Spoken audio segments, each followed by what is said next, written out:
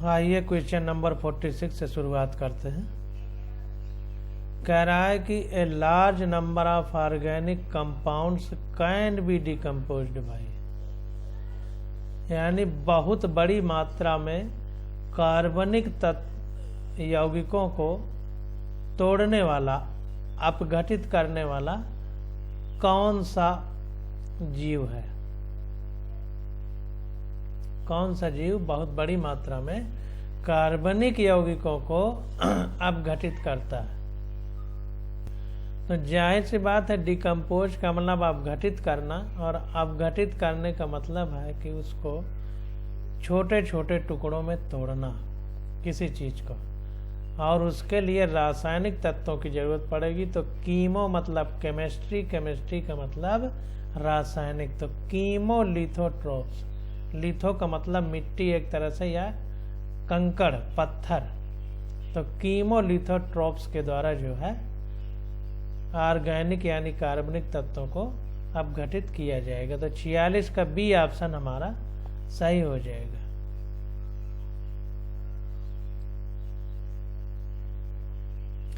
Chemolithotraps can derive the energy required for growth from the oxidation of inorganic compounds।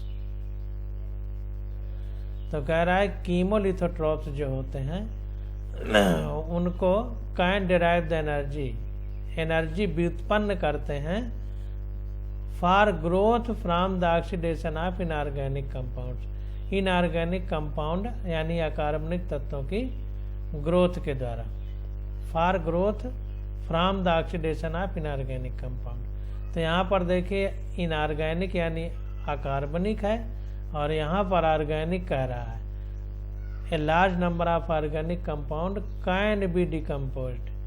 तो यहाँ पर organic है, और जो सॉल्यूशन दे रहा है यहाँ पर इनऑर्गेनिक है। तो कुल मिला के ये समझना है कि जो कीमोलिथोट्रोप्स हैं ये कार्बनिक और अकार्बनिक तत्वों से हमको तोड़ करके उनको ऊर्जा प्राप्त करते हैं, कीमोलिथोट्रोप्स। 47 नंबर क्वेश्चन देखते हैं।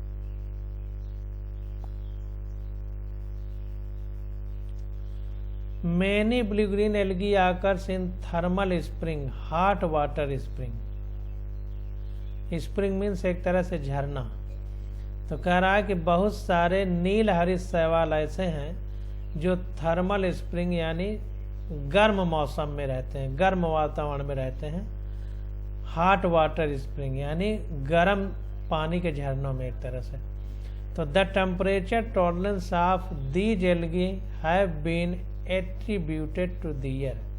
तो इनमें जो तापमान को सहने की क्षमता है, उसको बर्दाश्त करने की क्षमता है, तो कह रहा है have been attributed to the year. वो किस आधार पर इनको प्राप्त होती है।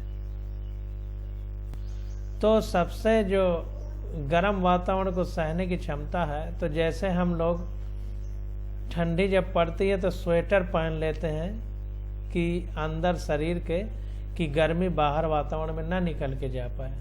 तो उसी प्रकार ये नील हरित शैवाल जो गर्म वातावरण में रहते हैं, तो इनके बाहर एक कोशिका भित्ति की मोटी परत होती है। जैसे आपने देखा होगा जो पौधे हैं आम, महुआ, नीम, इनके तने में बाहर बहुत मोटी छाल पाई जाती है।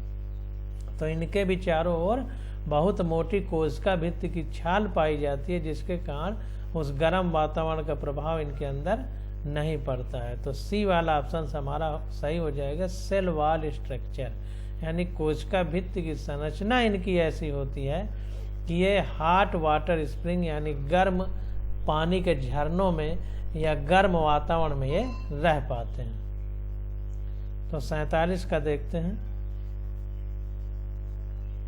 तो 47 का सी ऑप्शन करेक्ट है हमारा। कह रहा है some algae withstand all tolerate a very high temperature and these are often called thermal algae. बहुत सारे शैवाल ऐसे हैं, एल्गी मीन्स शैवाल ऐसे हैं जो बहुत ज़्यादा वातावरण में टॉलरेंस कर पाते हैं, यानी अपने आप को अनुकूलित कर पाते हैं। These are often called thermal algae. इसीलिए इनको तापीय शैवाल कहते हैं। Such forms are known to grow up to 85 degree centigrade nearly boiling water. कह रहा है इस तरह के एल्गी ऐसे वातावरण में पाए जाते हैं जहां 85 डिग्री सेंटीग्रेड तक का टेम्परेचर होता है, जो कि पानी के गर्म होने के टेम्परेचर के लगभग नज़दीक है, क्योंकि पानी 100 डिग्री सेंटीग्रेड पर गर्म उबलने लगता है। दियर शैवाल इज हार्ड एंड प्रोटेक्टिव। तो इनकी जो है शैवाल जो होती है बहुत हार्ड दृढ़ होती है, एंड प्रोटेक्टिव मतलब रक्षात्मक कवच होता है। ए टिपिकल शैवाल of algae consist of 2 non living layers. जो शैवाल है इनकी, उसकी संरचना में 2 नॉन लिविंग लेयर होती है। मृत मतलब झिल्ली जो होती है उसमें जीवन नहीं होता, वो मृत झिल्ली होती है, उसकी 2 परतें होती हैं, 2 लेयर, और नॉन लिविंग होती है मतलब मृत होती है। The inner layer is firm consisting of microfibril and outer layer is gelatinous and amorphous. कह रहा है कि जो अंदर की लेयर होती है ये जो है माइक्रोफाइब्रिल की बनी होती है, और जो बाहर की परत होती है जिलेटिन नामक सब्सटेंस होता है, जो चिपचिपा होता है, लचीला होता है, और इसके अंदर कोई चीज़ आसानी से नहीं जा सकती। तो जिलेटिन की बनी होती है, और एमार्फस होती है मतलब क्षणभंगुर एक तरह से कह सकते हैं। एमार्फस का मतलब जिसका कोई निश्चित आकार ना हो, बेडौल जिसको कह सकते हैं, बेढब, बेडौल, इस तरह की। Various polysaccharides such as cellulose, pectin, mucilage constitute the typical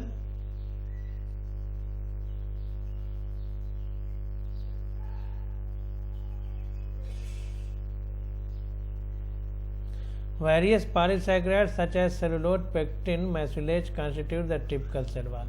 इस टिपिकल शैवाल में बहुत तरह के पदार्थ जैसे पॉलीसैकेराइड हो गया, सेलुलोज हो गया, पेक्टिन हो गया, म्यूसिलेज, ये सब पाए जाते हैं। The mucilage covering of the cell is thick and dense and is called sheath. जो म्यूसिलेज की कवरिंग होती है ये बहुत मोटी होती है और डेंस मतलब घनी होती है, और इसको सीथ कहते हैं। This sheath holds the cells in colonies together.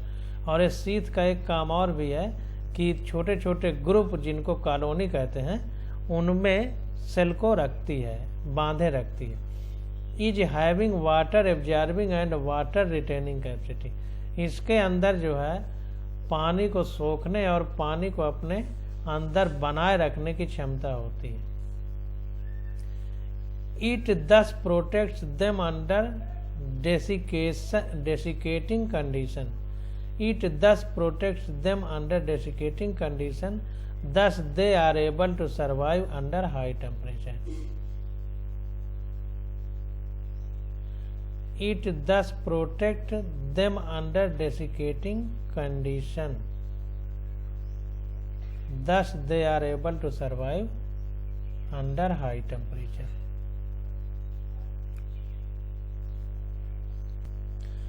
डेसिकेटिंग का मतलब पूर्ण निर्जलीकरण, यानी पूरी तरह से जल को हटा देना।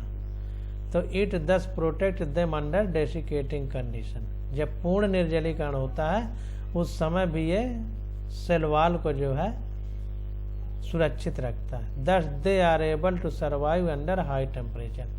इसलिए ये बहुत उच्च तापमान पर भी जो है सर्वाइव यानी जीवित रह पाता है।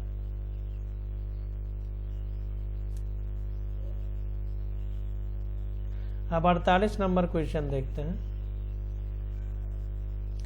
कह रहा है organism which fix atmospheric nitrogen in the soil fall under the category of. कह रहा है कि ऐसा जीव, ऑर्गेनिज्म का मतलब जीव, जो कि वातावरण की नाइट्रोजन को फिक्स करता है इन द सॉइल, मिट्टी में, fall under the category of, उसको किस कैटेगरी में रखा जाएगा। तो उसको हम लोग बैक्टीरिया के अंतर्गत रखेंगे। बैक्टीरिया प्रोकैरियोट में रखा जाता है, ब्लू ग्रीन एल्गी भी प्रोकैरियोटिक है, इन सबको मोनरा के अंतर्गत रखा गया है। तो बैक्टीरिया जो ए ऑप्शन है हमारा वो करेक्ट हो जाएगा। अब इसके बारे में थोड़ा समझ लेते हैं। A few free living bacteria are able to pick up dinitrogen from the soil atmosphere. Dinitrogen का मतलब N2, डाई माने 2, नाइट्रोजन का मतलब N, तो N2 को डाइनाइट्रोजन बोलेंगे।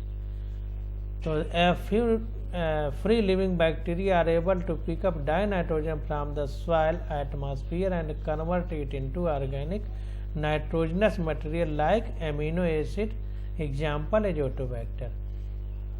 तो इसको ध्यान देना है कि कुछ जो है ऐसे बैक्टीरिया हैं जो मिट्टी में पाए जाते हैं और वो वातावरण की नाइट्रोजन को फिक्स करके ऑर्गेनिक पदार्थ यानी कार्बनिक तत्वों में बना देते हैं, जैसे अमीनो एसिड बना देंगे।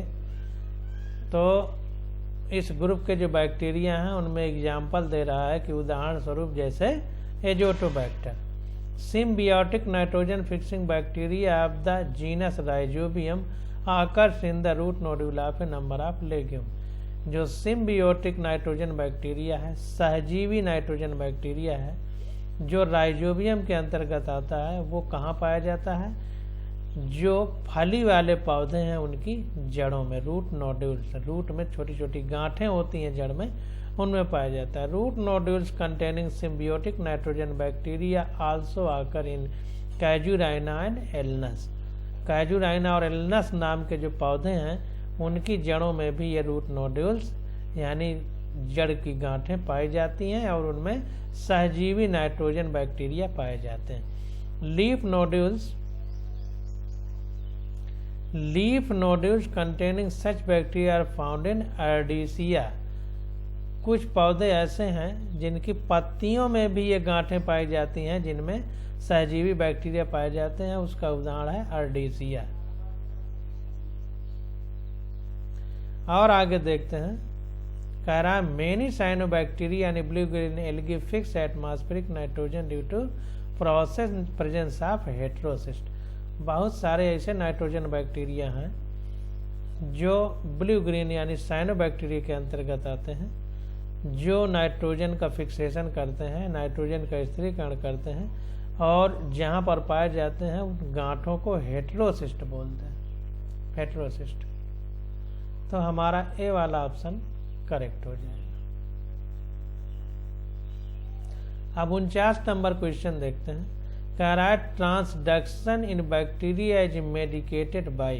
तो ट्रांसडक्शन में बैक्टीरिया, एक बैक्टीरिया के जनन द्रव्य को दूसरे बैक्टीरिया में ले जाया जाता था, वो भी किसके द्वारा? बैक्टीरियोफेज वायरस के द्वारा, बैक्टीरियोफेज वायरस के द्वारा ले जाया जाता था।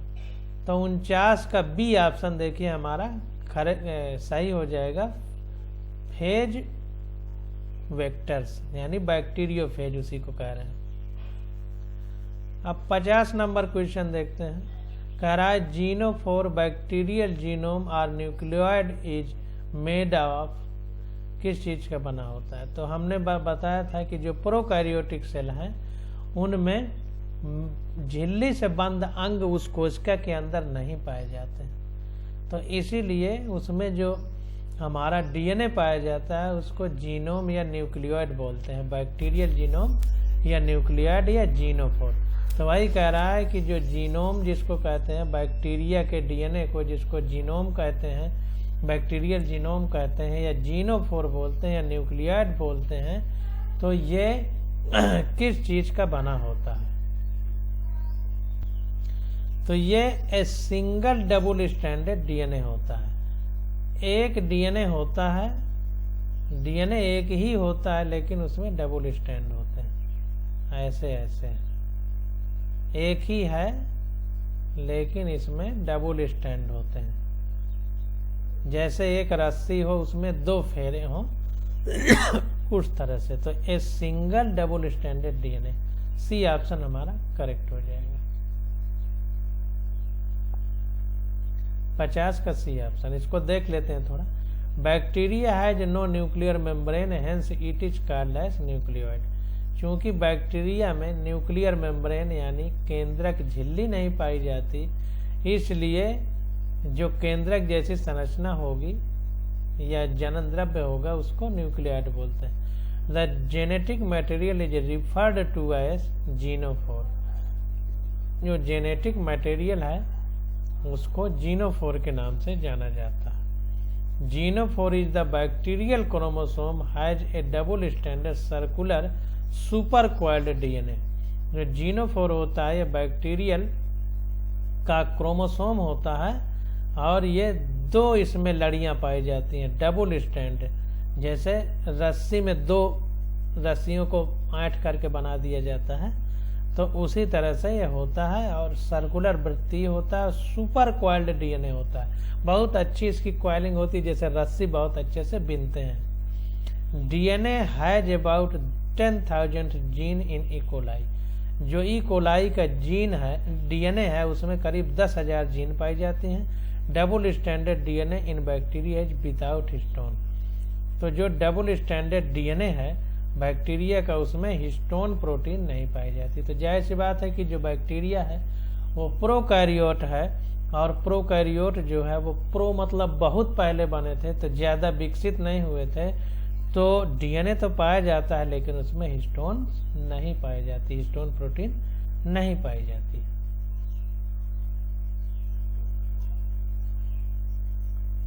अब क्वेश्चन नंबर 51 देखते हैं।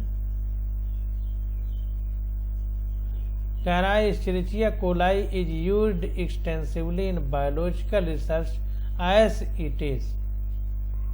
तो कह रहा है कि जो हमारी एस्चेरिचिया कोलाई, जिसको शॉर्ट फॉर्म में ई कोलाई बोलते हैं, जो हमारी कोलन में, कोलाई का मतलब कोलन जो आंत का एक भाग है, आगे जब हम लोग पाचन तंत्र पढ़ेंगे तो उसमें आएगा, तो वहीं पाई जाती है और इसको शॉर्ट फॉर्म में ई कोलाई बोल देते हैं। तो कह रहा है इसका उपयोग बायोलॉजिकल रिसर्च में होता है, जैविक अनुसंधान में होता है, और उसका क्या कारण है कि इतना ज़्यादा ये जैविक अनुसंधान में यूज किया जाता है। तो उसका सबसे मेन कारण है कि ये इजीली कल्चर्ड है, आसानी से इसको प्राप्त किया जा सकता, मतलब उगाया जा सकता है।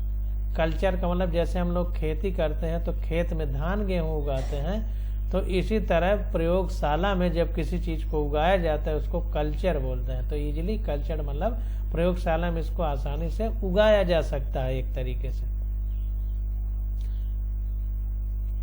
52 नंबर क्वेश्चन देखते हैं। कह रहा है bacteria lack alternation of generation because there is. Bacteria में पीढ़ी एकांतरण नहीं पाया जाता है। जैसा हमने पीछे पढ़ा था कि जब दो गैमीट आपस में मिलते हैं तो एक गैमीट यन होता है, दूसरा भी यन, मतलब क्रोमोसोम की संख्या अगर एक में यन होगी तो दूसरे में यन होगी। जब ये आपस में मिलते हैं तो मिल करके जो बनेगा उसमें 2n हो जाता है। इसको जाइगोस्पोर बोलते थे। जाइगोट जैसा होता है, भ्रूण जैसा, लेकिन भ्रूण बहुत उच्च जीवों में होता है, तो जो हमारे प्राथमिक जीव हैं उनमें इसी को जाइगोस्पोर बोलते हैं। जाहिर सी बात है कि जब ये 2n हो गया तो जो जीव बनेगा, तो इसमें जब डिवीजन होता है, विखंडन होता है कोशिका में, तो फिर अर्धसूत्री विखंडन होता है, जिसको इंग्लिश में मियोसिस बोलते हैं, मियोसिस। तो ये फिर कोशिका यानी यन फॉर्म में बन जाती है। क्रोमोसोम उतने ही हो जाते हैं जितने पहले जीव में थे। तो पहले यन थे, फिर 2n हुए, फिर यन हुए, तो यन 2n यन 2n, ये पीढ़ी दर पीढ़ी देखिए फिर यन हो गया। तो ये चक्र चलता है। इसी चक्र को पीढ़ी एकांतरण कहते हैं, मतलब एक एक के अंतर से पीढ़ी आ रही है, जिसको अंग्रेजी में अल्टरनेशन ऑफ जनरेशन कहते हैं। और एक एक के अंतर से, वैसे 2n आई फिर यन, फिर 2n फिर यन, एक एक के अंतर से, तो इसीलिए इसको अल्टरनेशन ऑफ जनरेशन यानी पीढ़ी एकांतरण कहते हैं। तो कह रहा है कि बैक्टीरिया में ये पीढ़ी एकांतरण क्यों नहीं पाया जाता है। लैक माने एब्सेंट, यानी नहीं पाया जाता है। बिकॉज, उसका क्या कारण है, ये हमको बताना है। अब देखिए, जब हमारा दो गैमीट मिलते हैं, तो गैमीट हैं तो गैमी वर्ड यूज होगा, और मिल रहे हैं तो सिन गैमी, तो सिन गैमी, क्योंकि गैमीट मिल रहे हैं तो। और उसके बाद जब ये यन और यन मिले तो जाइगोट बना 2n का, अब इसमें फिर से रिडक्शनल डिवीजन या मियोसिस उसी को कहते हैं, वो होगा। तो ये फिर से यन बन, जो 2 गुना थे फिर 1 गुना, अर्धसूत्री विभाजन होगा, उसको इंग्लिश में रिडक्शनल डिवीजन कहते हैं। तो ना तो इसमें सिनगैमी यानी गैमीट का मिलना पाया जाता है बैक्टीरिया में, और ना ही रिडक्शनल डिवीजन होता है। तो जाहिर सी बात, जब दोनों प्रक्रिया होती ही नहीं तो पीढ़ी एकांतरण यानी अल्टरनेशन ऑफ जनरेशन कैसे होगा। तो इसलिए हमारा ए वाला ऑप्शन करेक्ट हो जाएगा। तो इसको एक बार हम पढ़ लेते हैं।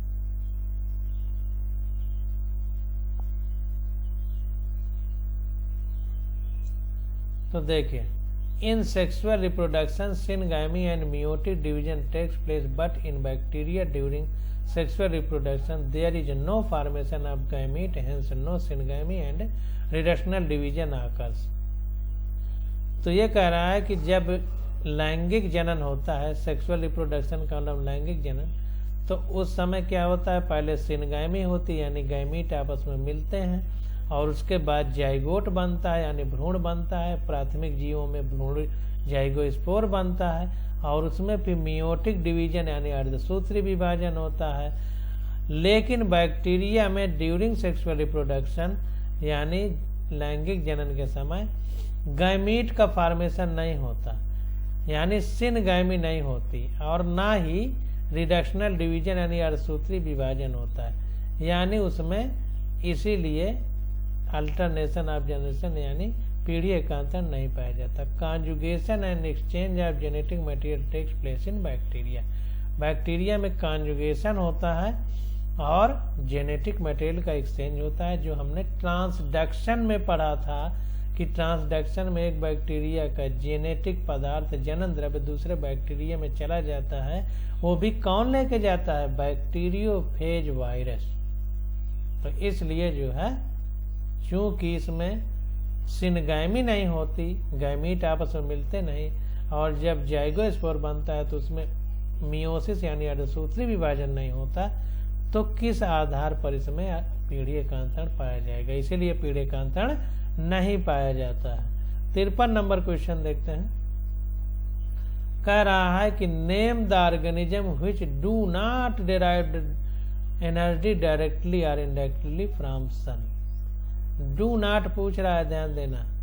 तो कह रहा है कि निम्नलिखित में से कौन से जीव हैं जो प्रत्यक्ष या अप्रत्यक्ष रूप से, डायरेक्टली मतलब प्रत्यक्ष या इनडायरेक्टली मतलब अप्रत्यक्ष रूप से, सन मतलब सूरज पर निर्भर नहीं करते, यानी सूरज से ऊर्जा नहीं प्राप्त करते हैं। तो वो हमको बताना है। तो देखिए 53 का ये ऑप्शन सही है।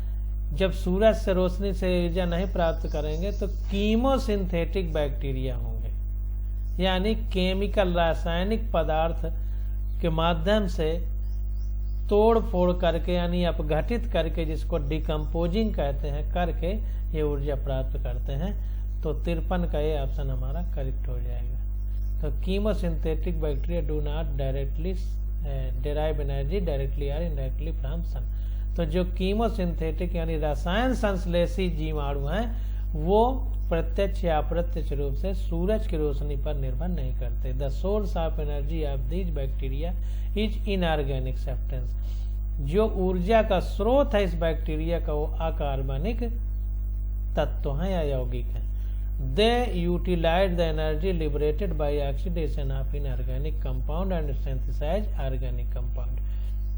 ये जो इनके ऊर्जा का स्रोत है वो क्या है कि ये एनर्जी निकालते हैं ऑक्सीकरण करके अकार्बनिक तत्वों का या कार्बनिक तत्वों का निर्माण करके, यानी सिंथेसाइज करके। तो 53 का ये ऑप्शन हमारा करेक्ट हो जाएगा। 54 नंबर क्वेश्चन देखते हैं। कह रहा है कि the main difference in gram positive and gram negative bacteria resides in the air. तो सेल वॉल हम लोगों ने पहले ही पढ़ा था। तो देखिए 54 का ये ऑप्शन सही है। सेल वॉल के आधार पर ग्राम पॉजिटिव और ग्राम नेगेटिव को हम लोग अलग करते हैं। अब 55 नंबर क्वेश्चन देखते हैं। कह रहा है which one belongs to Monera. Monera में किसको रखा गया है? जितने प्रोकैरियोटिक हैं तो मोनेरा के अंतर्गत जो है प्रोकैरियोट को रखा गया है। प्रो मतलब बहुत पहले पाए जाने वाली कोशिका। तो उसमें क्या होता था कि कोई भी झिल्ली से बंद अंग नहीं पाया जाता था, यानी मेम्ब्रेन बाउंडेड ऑर्गन नहीं पाया जाता था। तो अमीबा में देखिए, अमीबा हमारा जो है यूकैरियोट है, इसमें केंद्रक पाया जाता है, इसलिए इस मेम्ब्रेन से बंद अंग पाया गया, इसलिए इसको नहीं रखेंगे। इस्चरिचिया कोलाई हम बहुत समय से इस चैप्टर में पढ़ते चले आ रहे हैं। ई कोलाई वो प्रोकैरियोट है, इसलिए बी वाला ऑप्शन हमारा करेक्ट हो जाएगा।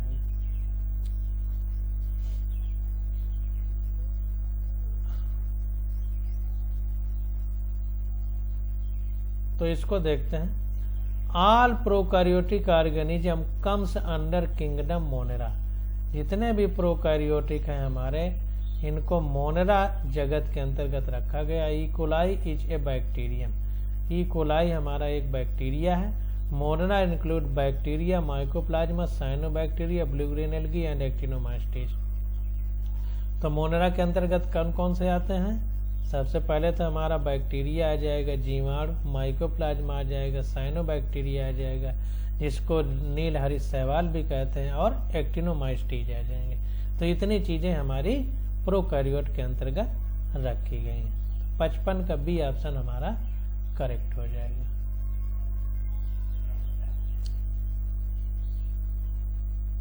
अब देखिए 56 नंबर क्वेश्चन देखते हैं। किंगडम प्रोटिस्टा आप पढ़ेंगे, प्रोटिस्टा जगत के जो क्वेश्चन है। तो कह रहा है which of the following organism are known as chief producer in the ocean. समुद्र में सबसे ज्यादा उत्पादक रूप में कौन फेमस है? कहने का मतलब है कि भोजन से संबंधित चीजें समुद्र में सबसे ज्यादा कौन बनाता है? तो वो है हमारा डायटम्स। बहुत अच्छे से पढ़ते आ रहे हैं डायटम्स के बारे में, तो इसको देख लेते हैं। तो 56 का बी ऑप्शन हमारा करेक्ट है, इसको देख लेते हैं। तो diatoms are the most common form of phytoplankton in the ocean.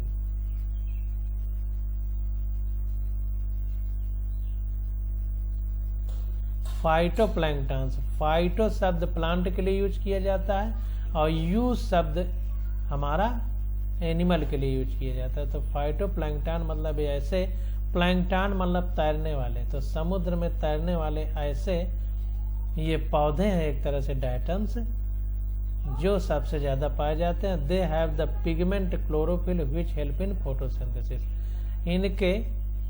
इनमें क्लोरोफिल पिगमेंट पाया जाता है, वर्णक पाया जाता है, जो प्रकाश संश्लेषण द्वारा भोजन बनाने में उपयोगी होता है। Since they are the primary producer of the aquatic food chain and the marine ecosystem depend on them. इसीलिए समुद्र में पाए जाने वाले ये प्राथमिक उत्पादक हैं। प्रोड्यूसर मतलब उत्पादक, तो प्राथमिक उत्पादक हैं। क्योंकि प्राथमिक इसलिए कह रहे हैं क्योंकि सूरज की रोशनी से डायरेक्ट प्रकाश संश्लेषण द्वारा भोजन बना रहे हैं। और एक्वेटिक फूड चेन यानी समुद्री जीवन चक्र के या भोजन चक्र के सबसे अहम ये प्राथमिक उत्पादक हैं। और ये मैराइन यानी समुद्री इकोसिस्टम इन्हीं पर डिपेंड करता है। They are called chief producer in the ocean, इसीलिए इनको मुख्य उत्पादक बोलते हैं समुद्र का। तो 56 का बी ऑप्शन हमारा करेक्ट है। 57 नंबर क्वेश्चन देखते हैं। कह रहा है कि ciliates differ from all other protozoans in, जिनमें सीलिया पक्षमाभ जिसको हिंदी में बोलते थे पाया जाता है, तो वो प्रोटोजोआ अन्य से डिफर होता है। उसका कारण क्या है? उसका कारण है डी ऑप्शन करेक्ट है, हैविंग 2 टाइप ऑफ न्यूक्लियाई। तो जो सीलिया है वो पैरामीशियम में पाए जाते हैं, और पैरामीशियम में 2 प्रकार के न्यूक्लियस पाए जाते हैं। एक माइक्रो न्यूक्लियस बड़ा होता है तो माइक्रो, एक छोटा न्यूक्लियस होता है तो उसको माइक्रो। तो 2 टाइप के न्यूक्लिया पाए जाते हैं। उसी आधार पर सीलिएट्स जो आते हैं, जिनके अंतर्गत पैरामीशियम आता है, प्रोटोजुआ का एक ग्रुप है, तो उनमें 2 न्यूक्लियस पाए जाते हैं, इसलिए अन्य से भिन्न है। तो 57 का देख लेते हैं आंसर। तो देखिए 57 number, ciliates differ from other protozoan in having two type of nuclei, micronucleus and micronucleus.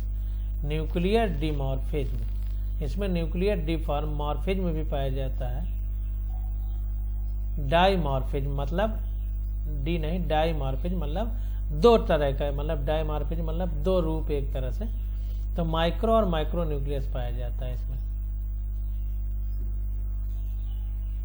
और देखिए उदाहरण आपको बता रहा है, paramecium has micro nucleus, micro nucleus होता है और माइक्रो न्यूक्लियस। जो माइक्रो न्यूक्लियस होता है वो उपापचय क्रियाओं को मेंटेन करता है, कंट्रोल मेटाबॉलिक एक्टिविटी, उपापचय क्रियाओं को, as well as growth and micro nucleus that takes part in reproduction. और जो माइक्रो न्यूक्लियस होता है छोटा वाला, वो जनन से संबंध रखता है प्रोटोजोआ में।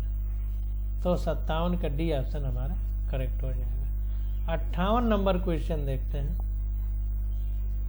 कह रहा है सेलेक्ट रॉन्ग स्टेटमेंट, गलत कौन सा है वो हमको बताना है। तो the wall of diatoms are easily destructible, यही गलत है, आसानी से इसको नहीं तोड़ा जा सकता है वॉल ऑफ डायटम्स को, क्योंकि हम पढ़े थे डायटोमियस मृदा, यहाँ डायटम्स करोड़ों साल तक पाए जाते हैं, उसी जगह इकट्ठा होते रहते हैं, जल्दी से खत्म नहीं होते। तो ए ऑप्शन ही हमारा गलत हो जाएगा। गलत वाला पूछ रहा है, ध्यान देना। तो डायटम्स आर मैराइन और fresh water unicellular organism which have cell wall, frustules composed of pectin impregnant with silica and consisting of two halves, one overlapping the other. The siliceous fractules of diatoms do not decay easily. तो जो सिलेसियस यानी silica से बनी हुई जो diatom की कोशिका भित्ति है वो आसानी से टूटती नहीं, तो इसको ध्यान देना। तो ये 58 का ये ऑप्शन हमारा करेक्ट हो जाएगा। जितना जरूरी है बस उतना ही अंडरलाइन, बेमतलब चीजें पढ़ने का कोई मतलब नहीं, जितना जरूरत है बस उतना ही बता रहे हैं। 59 नंबर क्वेश्चन देखते हैं, कह रहा है chrysophytes, euglenophytes, dinoflagellates and slime mould are include in the kingdom Protista, Protista के अंतर्गत रखे गए हैं। तो इसको ध्यान देना है कि क्राइसोफाइट, यूग्लिनोफाइट, डायनोफ्लाजेलेट, स्लाइम मोल्ड, इनको सबको प्रोटिस्टा के अंतर्गत रखा गया है। तो 59 का डी ऑप्शन हमारा करेक्ट है, इसको देख लेते हैं। तो protista is a kingdom of unicellular eukaryotic organism. जो प्रोटिस्टा है मोनरा के अंतर्गत प्रोकैरियोटिक कोशिका वाले रखे गए थे, और प्रोटिस्टा के अंतर्गत यूकैरियोटिक कोशिका वाले रखे गए जिनमें झिल्ली से बंद अंग पाए जाते हैं कोशिका के अंदर। इट इंक्लूड्स फोटोसिंथेटिक प्रोटिस्ट, इसके अंतर्गत प्रकाश संश्लेषी प्रोटिस्ट आते हैं, जैसे डायनोफ्लाजेलेट, क्राइसोफाइट्स एंड यूग्लिनोइड्स, ये प्रकाश संश्लेषण कर सकते हैं। कंज्यूमर्स डिकम्पोजर्स प्रोटिस्ट, और जो उपभोक्ता या अपघटक भी होते हैं उन प्रोटिस्ट को भी रखा गया है, जैसे slime mould and protozoan protist. तो 59 का हमारा डी ऑप्शन करेक्ट हो जाएगा। अब 60 नंबर क्वेश्चन देखते हैं, कह रहा है कि in which group of organism the cell wall forms two thin overlapping shells which fit together. कह रहा है जो सेल वॉल है, कोशिका भित्ति है, तो ऑर्गेनिज्म में एक दूसरे में ओवरलैप करती है और आपस में अच्छे से फिट भी हो जाती है एक दूसरे में। तो उस ऑर्गेनिज्म का नाम क्या है? तो देखिए क्राइसोफाइट्स के अंतर्गत वो जीव आते हैं, 60 कसी क्राइसोफाइट्स, इसके बारे में पढ़ लेते हैं। तो chrysophytes include diatoms and desmid, chrysophytes के अंतर्गत यही डायटम्स और डेस्मिड आते हैं। तो the body of diatoms is covered by a transparent siliceous cells silica deposited in cell wall. कुल मिला के ट्रांसपेरेंट मतलब आर पार दिखाई देता है जैसे शीशे में, उस तरह की मेम्ब्रेन वो पाई जाती है कोशिका भित्ति, और जो सिलेसियस होती है, सिलिका की बनी होती है, इसमें silica deposited in cell wall, कोशिका भित्ति में सिलिका के छोटे छोटे कण बिंधे रहते हैं, डिपोजिट रहते हैं, नोन एज फ्रस्ट्यूल्स, इनको फ्रस्ट्यूल्स कहते हैं, जैसा कि ऊपर वाले क्वेश्चन में पढ़ चुके हैं। The frustules is made up of 2 valve, ये 2 तरह के वाल्व के बने होते हैं, इपिथीका एंड हाइपोथीका, जिसका नाम है ईपी मतलब बाहरी परत को, ऊपरी परत को इपिथीका बोलेंगे, और अंदर वाली को हाइपोथीका। हाइपो मतलब गहराई में पाई जाने वाली, तो अंदर वाली गहराई में पाई जाएगी तो हाइपोथीका बोलते हैं। Which fit together like a soft box, और ये इस प्रकार से फिट रहती है जैसे हम साबुनदानी साबुन में रख करके नीचे ऊपर से साबुनदानी को बंद कर देते हैं, उसी प्रकार से ये फिट रहती है, सॉफ्ट बॉक्स मतलब साबुनदानी की तरह। तो 60 का सी ऑप्शन हमारा करेक्ट हो जाएगा। अब आज यहीं तक, अब 61 नंबर क्वेश्चन से अगले लेक्चर में स्टडी करेंगे।